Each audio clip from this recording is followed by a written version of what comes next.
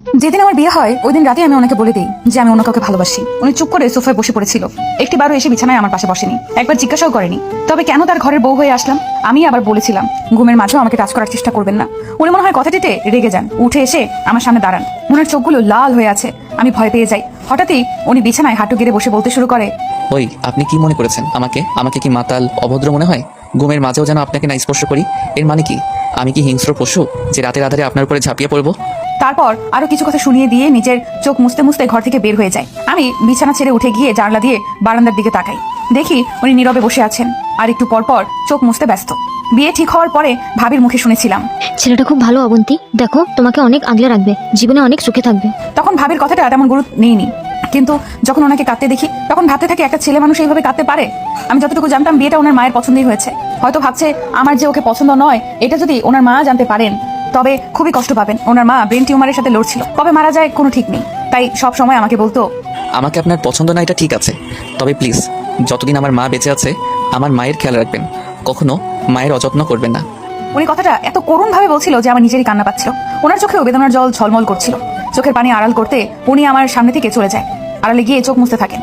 একদিন উনি তাড়াতাড়ি বাসায় ফিরে আসেন। আমি তখন আমার বয়ফ্রেন্ডের সাথে ফোনে কথা বলছিলাম।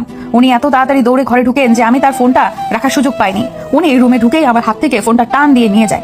তারপর স্ক্রিনে কল রানিং দেখে ফোনটা এত জোরে আছাড় দেন যে ডিসপ্লে গুঁড়ো হয়ে যায়। তারপর প্রচুর রাগে বলতে শুরু করেন, আপনার বাবা আপনাকে বিনা টাকায় এ বাড়িতে পাঠায়নি, দেনমোহরের 3 লাখ টাকা দিতে হয়েছে, বিয়ের গয়না আর অন্য খরচ বাবদ প্রায় 5 থেকে 6 লাখ টাকা খরচ হয়েছে। 12 বছরের সব জমানো ভালোবাসা আর টাকা দিয়ে তারপর আপনাকে এই বাড়িতে এনেছিলাম। এর কোনো শুকরিয়া আপনি আদায় করেছেন? কি চেয়েছিলাম আপনার কাছে?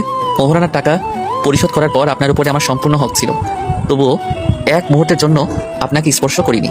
বিয়ে করে আনার পর এ বাড়ির ছোট বড় কাজগুলো করাও আপনার দায়িত্ব ছিল, কিন্তু তাও কোনোদিন আপনাকে কিছু বলিনি। শুধু বলেছিলাম মাকে একটু দেখে রাখবেন। আর মা 1 ঘন্টা আগে তার খারাপ লাগার কথা বলেছে আমাকে ফোন দিয়ে। আমি অফিস থেকে চলে আসছি আর আপনি একটু পাশের রুমে গিয়েও দেখতে পারেননি আমার মা কেমন আছে। আর দেখতেও হবে না আপনাকে, দেনমোহরের অর্ধেক টাকা ফিরিয়ে দিয়ে চলে যাবেন এখান থেকে, আপনাকে আমার প্রয়োজন নেই। তারপর ওর স্বামী হনহন করে চলে যায়। ও কখনো এত কষ্ট পায়নি, ওর কথা যতটা কষ্ট পায়। আসলেই তো এই বাড়িতে তার হাজারটা দায়িত্ব, আর তা কিনা ওর স্বামীর একটা আবদার পূরণ করতে পারলো না।